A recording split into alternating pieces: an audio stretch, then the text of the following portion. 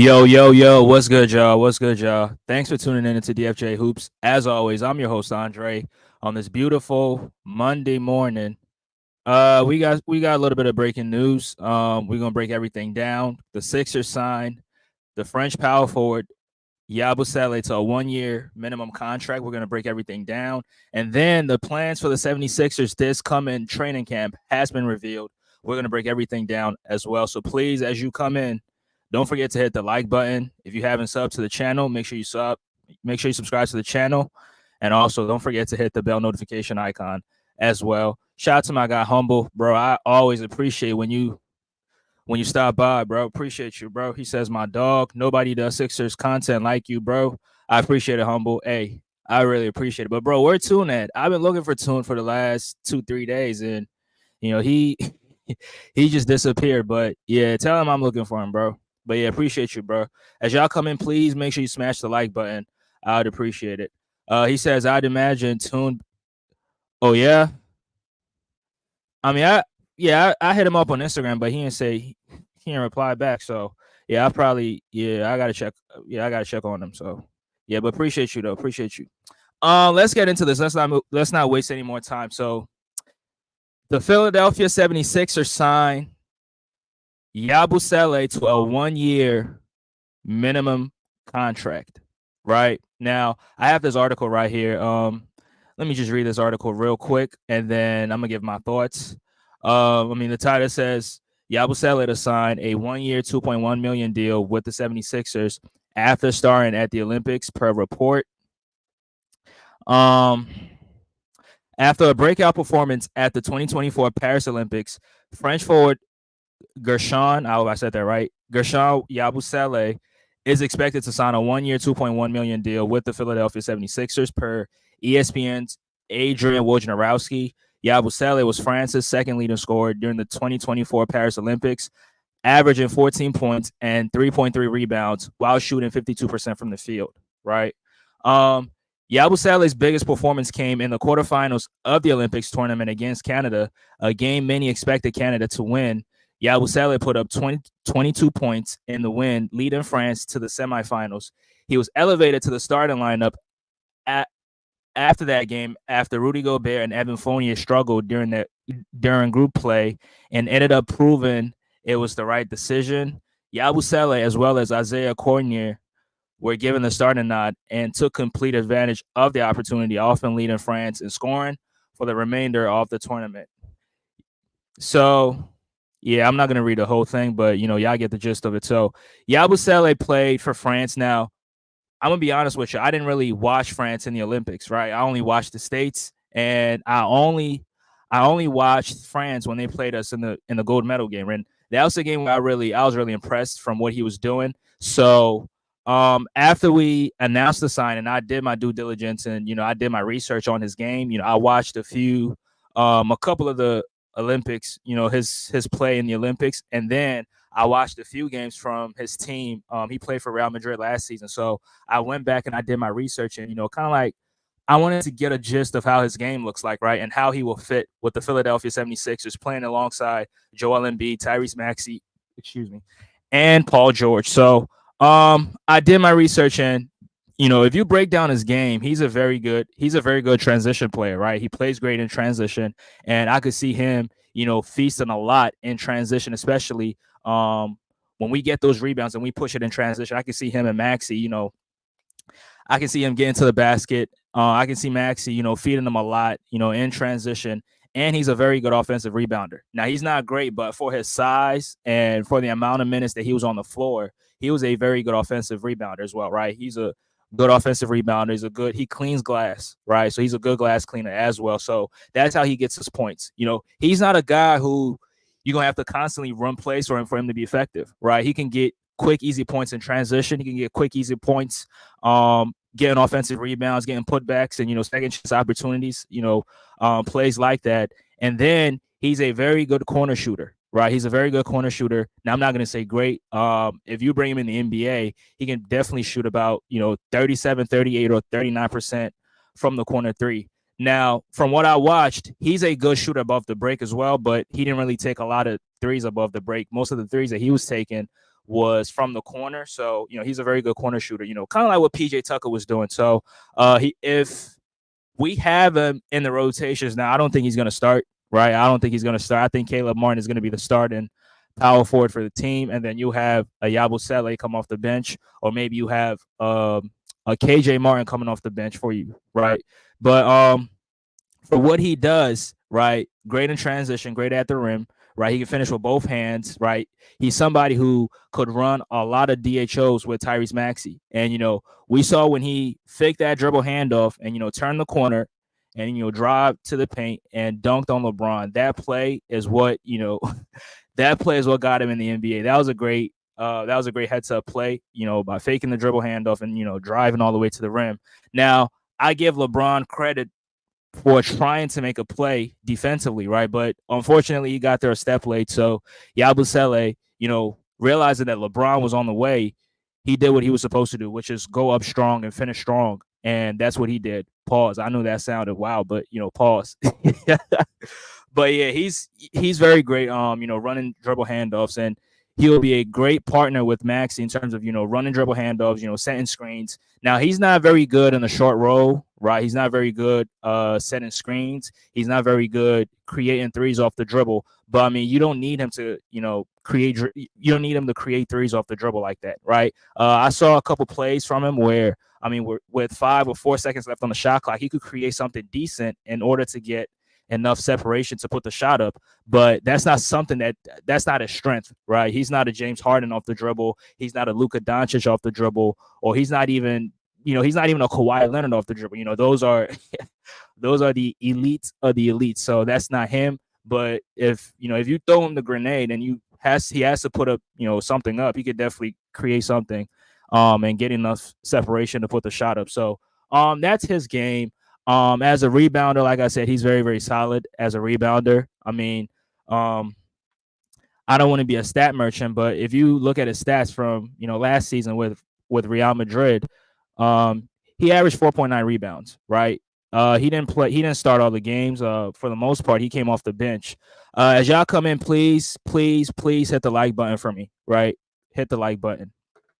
So yeah, when he played with Real Madrid last season, he was not really a great rebounder, right? But for what he does, coming off the bench and, giving you 5 rebounds a game, you would definitely take that, especially on the Sixer team that doesn't really have enough rebounders, right? This Sixer team is not a very great rebounding team. And I believe, having him coming off the bench, he's much more athletic, much younger, right? And he's definitely way better than the options that the Sixers had, right? The Sixers had these 2 options, Marcus Morris Sr. or Davis Bertans, whatever his name is, right? And then Thomas came on this show telling me, and Thomas, everybody know Thomas is a very good, he likes defense, but he's advocating for Davis Bertans, who gives you no defense whatsoever. So I was kind of like, Thomas, are you serious telling me that the Sixers need to go sign Bertans when, he's 6'10", and the only value he has is shooting threes, right? He's not going to give you any rebound and no defense. And, Thomas was advocating for him. Now, me personally, I didn't like any of them both players. I didn't like them. Right now, Yabusele right here, I'll definitely take it. Right, he's much younger, much athletic, and he can impact the game in so many ways than a Marcus Morris Sr. or a Davis Bertans. Yeah, shout out to the Pull Up Basketball Podcast. Appreciate you for being in here, BJ. He says exactly what y'all needed. Yeah, exactly. I agree with that. I agree. And he says him and Drummond gonna be great together. Yeah, that's true too. I think the Sixers, one of our issues, in terms of rebounding, that's not gonna happen anymore. And these guys, I mean, Drummond is a glass cleaner. Yabusele is also a glass cleaner as well, who could also stretch the floor. Because if you watched him, BJ, I don't know if you've watched enough games of him, but I did watch a few games, and he really cleans glass. If he has mismatches, he'll definitely attack the mismatches as well. He can post up. He can dribble. He's great, and he's not that great in the short roll, but he's great. Initiating dribble handoffs and stuff like that. But as a screen setter, I don't really like him as a screen setter. I don't really like him in the short roll. I think he's much more better as a pick and pop guy, right? He definitely could shoot the 3. He can shoot the midi. and if he's in a short corner, he can also shoot, the baseline jumper from the short corner. So that's his game. Now defensively, as a one-on-one defender, not so great, right? Even though he can funnel whoever he's guarding into the big man, right? That's something he does great. But stopping his matchup one-on-one, that's not a strength. Now, obviously, these players are not. Every player has weaknesses, right? A lot of players have weaknesses, and perimeter defense is not his biggest strength. So, I just think that with the Sixers, with this team that they have, adding a Yabusele, somebody who's much younger, much athletic, right? That's something that the Sixers absolutely needed. We needed athleticism. We needed somebody who could, get these offensive rebounds to give us second chance opportunities, and I'll definitely take that. Shout out Tisha got game. Appreciate you for being in here, bro. Are we better than the Knicks or the Celtics? Now the Celtics are the defending champions, so I'm gonna definitely give them their props. So we're not better than the Celtics. I'll say that. But the Knicks, yeah, we're definitely better than the Knicks. We're definitely better than the Knicks, and it's not even close. It's not even close. Um, yeah, I believe that. But people might think otherwise. People might think the Knicks are better than the Sixers, which is cool. But I mean, I think on paper right now, the Sixers are better than the Knicks. Um, yeah, the Knicks have more guards than us, and they have four guards coming off the bench. So I mean, I don't know how that's gonna work, but I mean, they play small ball, so they might figure out a way to make it work. But I mean, again, I don't really trust Tom Thibodeau to stagger these guys' minutes in order to get the best from those lineups. So, but we'll see. We'll see. They'll definitely be one of the best teams in the Eastern Conference. So, yeah. But I appreciate you for pulling up. Make sure you hit the like button for me. So, yeah, I just broke down his game, and now me personally, I didn't really watch him in the Olympics. So most of what I'm talking about, I saw from his performance in the EuroLeague, right? Um, he played in the EuroLeague. I think he had a little bit of a stint in the CBA, and then he went to the EuroLeague where I think he flourished in the EuroLeague, and he definitely flourished in the Olympics. Now, I'm not praising losing, right? I know somebody might come in and, oh, you're praising losing, they lost. Yeah, but I'm talking about his game individually, what he brought to the table, what he brought to France. And looking at what he brought to France, he's definitely going to bring the same thing to the Sixers, right? And that would definitely help the Sixers a lot, especially off the bench, because he's a very good scorer. He's not a great scorer, right? He's a good scorer, and you don't really have to run plays for him to be effective. He can get easy points in transition. He can get easy points on the kickouts, and he can get points when he's being a glass cleaner, right? He gets a lot of points, again, offensive rebounds and stuff like that. So, yeah, I'm glad the Sixers made this trade. I mean, not trade, made this signing. Now, initially, I thought that Cleveland was going to sign him because I was seeing reports that the Cleveland Cavaliers could be the team that signs Yabusele. So I thought he was going to Cleveland, but then the Sixers ended up outbidding the Cleveland Cavaliers and they signed him. So it's a good signing. Now the Sixers have only one roster spot left, right? So I think they have 14 players on the roster right now. And with them signing this dude right here, Yabusele, I think the rotation is going to be very, very solid. In the rotations, you have Maxi, you have Kelly Oubre, you have PG, Caleb Martin, and then Embiid. That's your starting five right there. And then off the bench, you have Eric Gordon, you have Andre Drummond, right? You have Reggie Jackson, you have Kyle Lowry, and then you have this dude on the screen right here, Yabusele. So, the 10-man rotation is solid. Now, I mean, in the playoffs, it gets a lot shorter. So, but I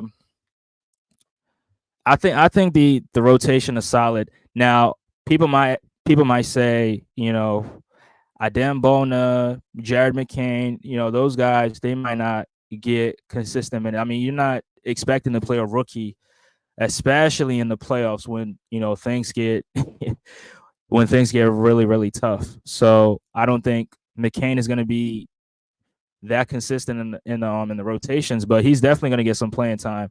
with these guys. You guys are better than the Knicks, and I think y'all have enough defense and offense versus the Celtics. Both series, y'all have the best player in Joel Embiid. Yeah, BJ, I agree, but I only put the Celtics over the Sixers because they won the championship. So I mean, it's like you're giving them their props, you're giving them their respect. But when I'm going up against you, when I'm matching up against you, anything could happen. That's why, I said the Celtics is better than the Sixers. With Oubre, Drummond, and this new pickup, y'all have enough toughness. I absolutely agree. You didn't put in, you didn't add Caleb Martin to it. He's a tough guy himself. In the playoffs, we saw him getting in the faces of some of these Celtics players. In case y'all forgot, Caleb Martin is that dude. He'll get in your face. He has no problem, throwing hands. So you definitely have to add Caleb Martin to that mix. But yeah, I think we're definitely one of the toughest teams in the league, and you can't just walk up to any player and try to punk them without any of these guys checking you right there. So yeah, but this move, if I'm to grade this move, I will give it a B. Right. I don't really give out B pluses that often. I don't really give up A pluses that often. So, yeah. I mean, BJ said, "Oh damn, I forgot, I forgot about Martin." He exactly, BJ, exactly. So yeah, this team. I mean, they have a lot of tough guys on this team. So I don't think they're lacking at anything, right? They have the offense, like you said, they have the defense, and they have the tough guys as well. So, yeah, they should definitely be a one of the toughest teams in the league. So, yeah, I'll definitely give them that.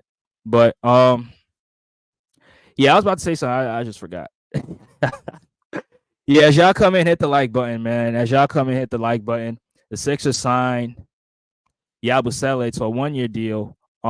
So I think they have one roster spot left, and according to Daryl Morey, he said he was going to leave that open for flexibility in case something opens up mid-season, in case a trade opens up in mid-season, or maybe there's somebody in the buyout market that you want to sign. That's why he's leaving that roster spot open. But as of currently, we have 14 guys on the roster, and it's Maxi, Oubre, George, Martin, Embiid. That's your starting five. And then off the bench, you have Kyle Lowry, Reggie Jackson.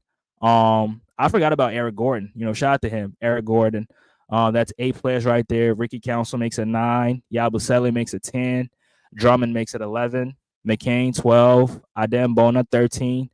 And I forgot about Ricky Council. So Ricky Council. So that's 14 right there. So the Sixers have 14 players currently on the roster. So we'll see what happens as they head into training camp, right?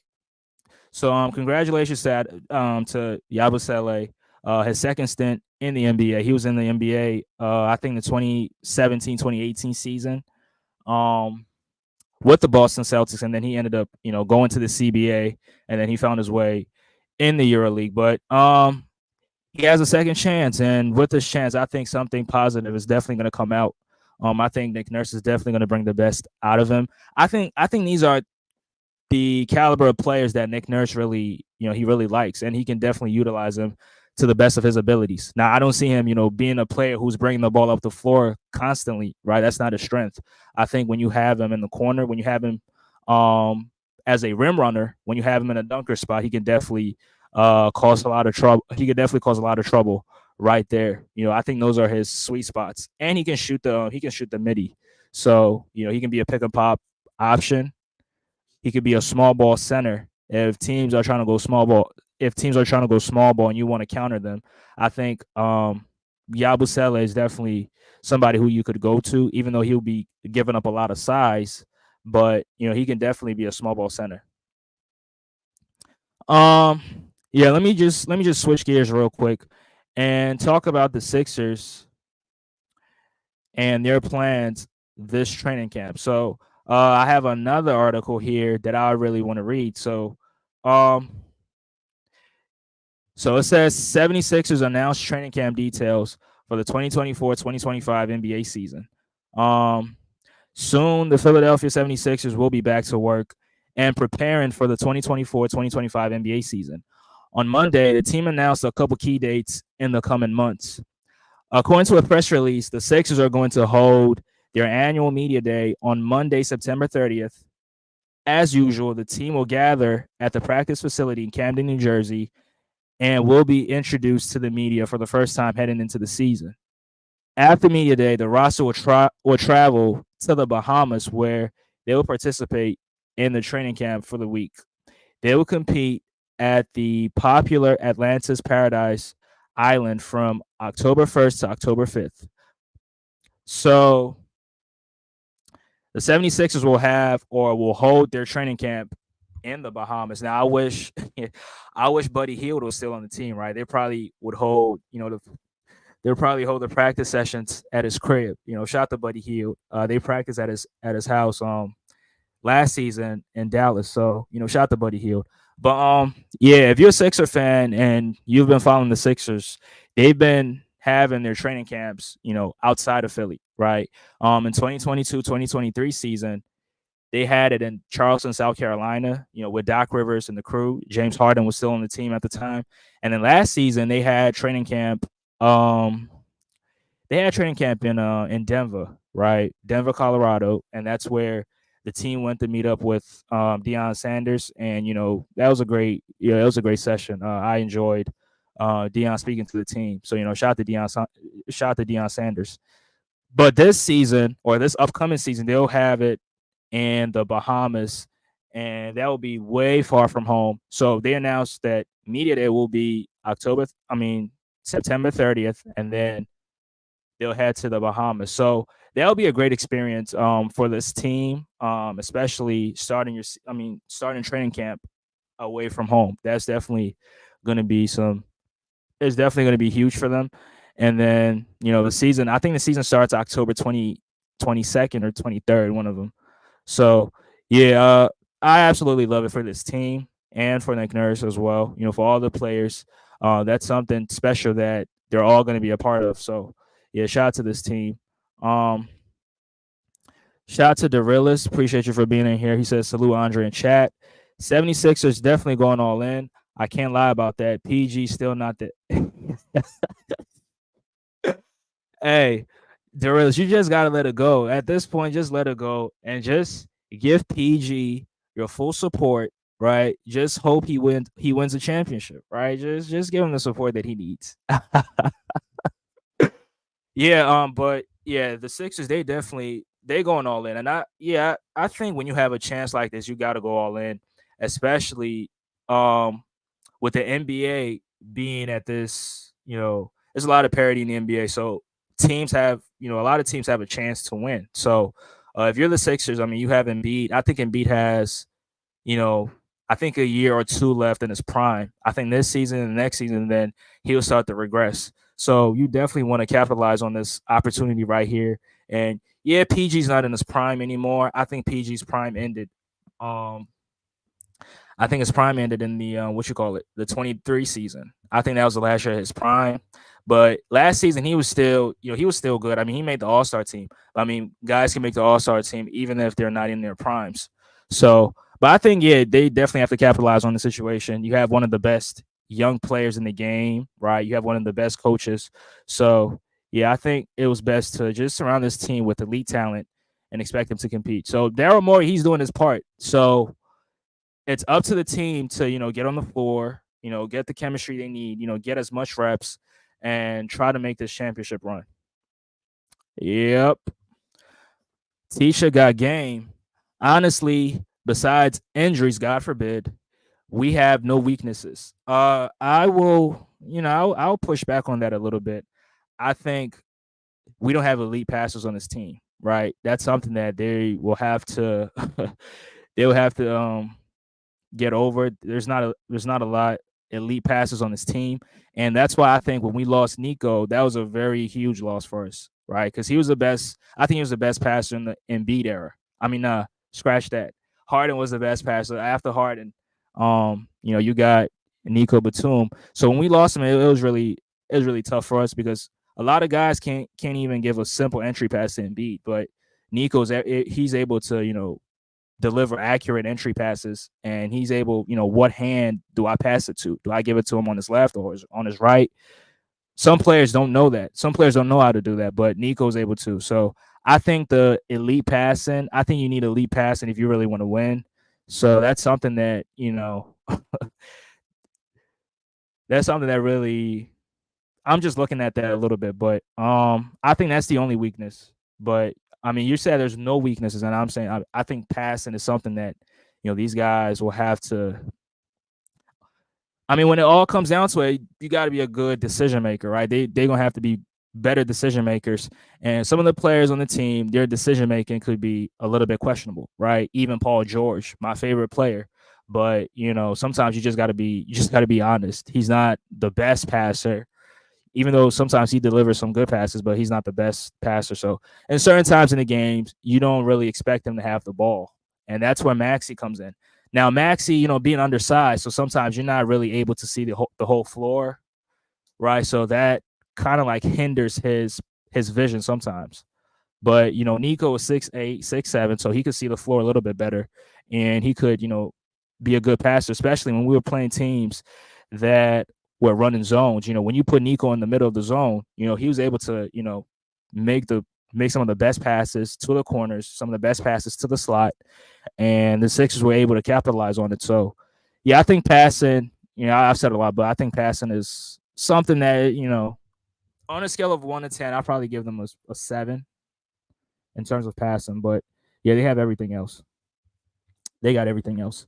But yeah, that's all I got. It was just a short. Want to do a short live reacting to these to the news, to Yabusele signing and the Sixers training camp plan. So I wasn't even planning on being here that long. Shout out to Bruce. Appreciate you for stopping by. He says, "Hello, DFJ Hoops, the Polar Basketball Podcast, and the Realist." Um, since when did PG become your favorite? Oh, I always said this. You can ask BJ, you can ask Bruce. I always said that. Yeah, you late to the party. Sixers have a super. Yeah, there you go. That's not a super team. Let's stop this. Let's stop this. We don't have 5 Hall of Famers. Let's stop it. We only got 2.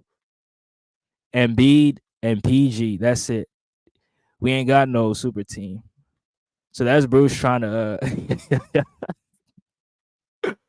Yeah, we don't have. I mean, they have a stacked team, right? I think there's a difference between a stacked team and a super team, right? This team is definitely stacked. Uh, the Raptors in 2019, that's a stacked team. The Celtics, that's a stacked team. So, I think you need more to be considered a super team, right? You need more to be considered a super team. Like anything super, you need to exceed a lot to be given the name super, right? Superstar, Superman, super anything. Reminds me of Vince. Yo, Bruce, you funny as hell. But yeah, I don't know if y'all want to come in, give y'all thoughts. I mean, I could drop the link. Yeah, I don't think Bruce. Yeah, I don't think Bruce is gonna come in. The realist, if you're still in, yeah, I could drop the link. So yeah, yeah, yeah. It's not a super team, but it's definitely a stacked team. Yeah, I agree with you. Yeah, it's a stacked team. I think to earn the name super, you have to have extraordinary talent to be called super. So yeah, this is not a super team. So that was Bruce trying to troll. Bruce is a troll, so he gonna always find ways and means to troll. So yeah, it's a stacked team. Along with the head coach, some of the players off the bench and the starters, it's a stacked team. So yeah, they should definitely. The last super team was the KD Warriors. I mean, what about the Brooklyn Nets in 2021 with Harden, KD, and Irv? Because Harden was when he got on Brooklyn, he was doing he was getting work done. And I think he finished fourth in MVP voting. So and KD was a top player. Kyrie was a top player as well. So yeah, Nets was definitely a super team. Yeah, I agree. The Nets was definitely a super team. Yeah. So I think that was the last true super team. Now you had people saying that the Lakers in 2022 was a super team. I mean, they were old. That's not a super team, right? With LeBron, Carmelo, and all those other guys. Yeah, it's not. Yeah, no, yeah, that's cool, Bruce. Yeah, I figured. I figured. He said the Clippers had a super team. Nah, that was not a super team. You know for a fact that was not a super team. Those guys were old. I mean, yeah, I mean Westbrook and Harden, they're old, so they're not in their primes. I think Harden's prime ended in 2021. Russell Westbrook's prime ended in 2021. So that's not a super team. Oh yeah, yeah, that's right.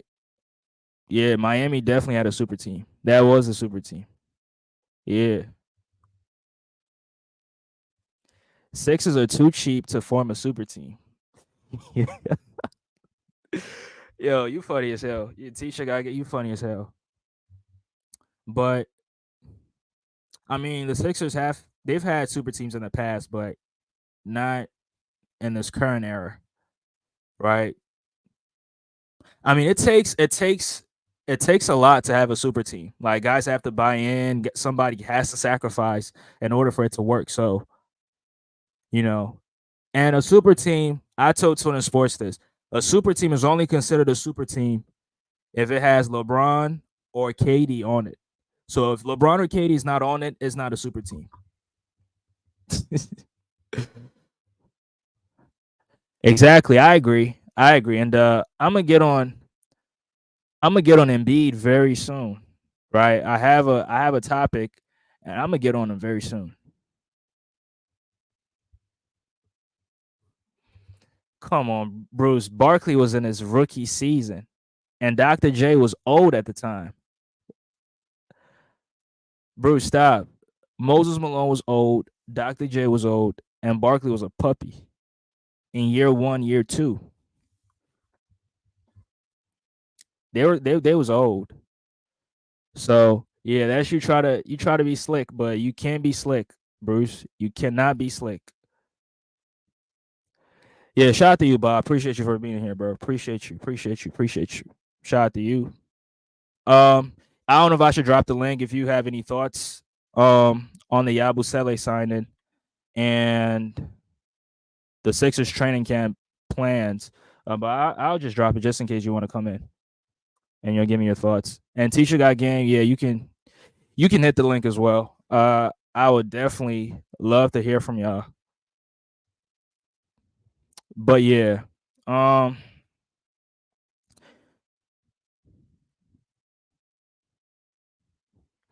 yeah. So the link is right there. If you want to come in, we'll see. If the Knicks keep their core and add another All Star, they will have a super team. So the Knicks only have two All Stars, right? Jalen Brunson and Julius Randle. Will another All Star make it a super team? I don't think so. Yeah, it's all good. It's all good. It's all good. But yeah, I don't think it'd be a super team. I don't think so because Julius Randle has not. He hasn't showed up in the playoffs yet, right? Now I'm not gonna call him a playoff dropper. I don't believe in the playoff dropper logic. I just don't believe in it. But I don't think it'd be a super team. But I mean, Jalen Brunson, definitely one of the top guards in the game.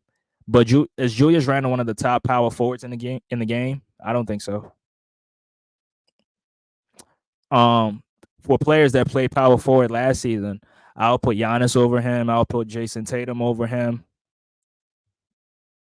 Aaron Gordon, I'll put Aaron Gordon over him. Now, Julius Randle might be a better player than Aaron Gordon, but I mean, I think I would rather have Aaron Gordon than a Julius Randle. And for other teams, LeBron. Yep, LeBron over Julius Randle. LeBron played power forward last season for the Lakers, so LeBron over Julius Randle. Um,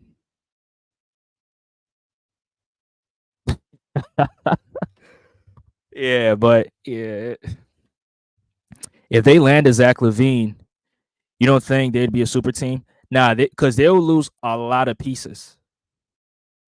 If they trade for Zach Levine, they will lose a Josh Hart, they will lose a DiVincenzo, they will lose a lot of pieces. So I don't know, because Zach Levine is on a he's on a super max. He's on a super max contract. So if you're gonna trade for him, and I think he has like 3 more years left on his contract, so you have to give up a lot of assets. So DiVincenzo probably will get traded. Josh Hart probably will get traded. So I don't know. Or maybe even Julius Randle might get traded. So that's not going to make it a super team. That's not going to make it a super team. And I don't think they need Zach Levine because you have Mikal Bridges who can give you more than a Zach Levine, right? I mean, even though Zach Levine is a better player than Mikal Bridges, but Mikal can, play defense. He can score. He can shoot the ball. He could handle the rock, right? I think they're better off with Mikal Bridges at the 2 guard. Now their starting five is cool, but their bench pieces is what I'm really concerned with. And Tom Thibodeau's not really a coach who's very good at staggering minutes, right? We saw him play Josh Hart all those minutes in the playoffs, and then he ended up getting hurt. Even though I don't believe he got hurt, he was faking injuries. That's what I believe. I believe he was faking injuries. Yeah, smash the like button as y'all come in. Smash the like button. Him, Jalen Brunson, they were both faking injuries because they knew they were going to lose in Game 7. So they made up a very good excuse to cover up why they lost. That's why. Oh man. Yeah, but shout to the Knicks though.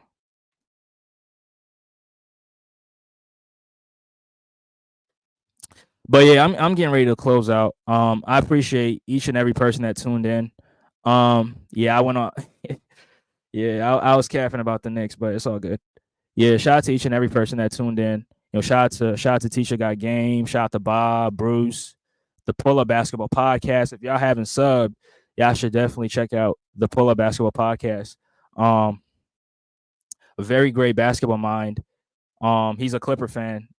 He covers the Clippers, should I say? But he covers almost a lot of NBA teams. So, if you're a huge basketball fan, you definitely want to check them out. Yeah, but yeah, shout out to Humble. He was in at the beginning. So yeah, let me read these last few comments before I can get off. Let's say they give up Deuce, Precious, a rookie, and 2 first-round picks, and got Brandon Ingram. You don't think they'd be a super team?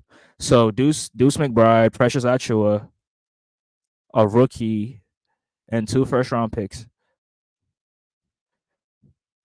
I mean, on paper, it probably will, but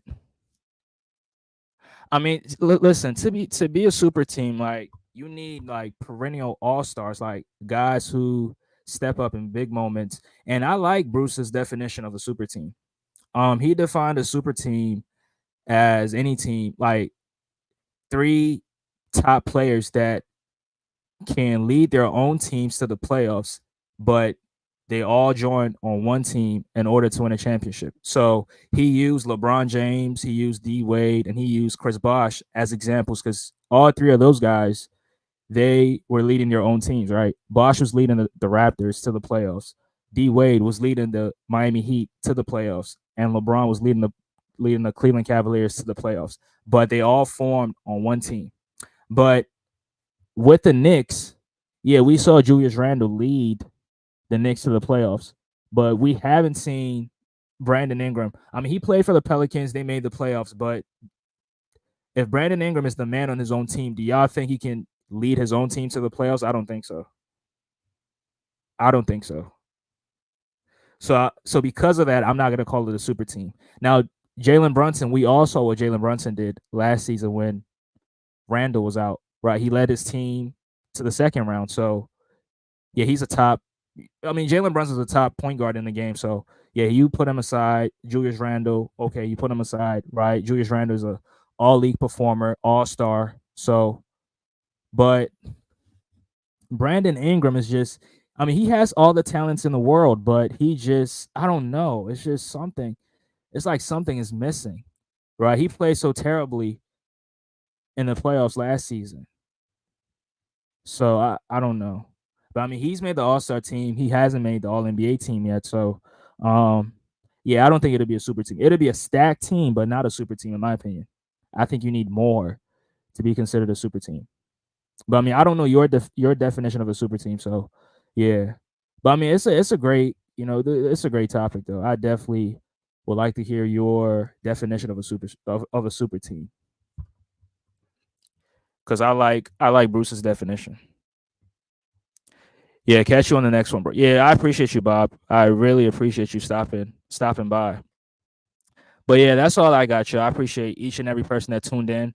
I got another show coming tomorrow, so y'all can definitely tune in, and then we'll definitely chop it up about something different. But appreciate the love, appreciate the support. Until next time, peace.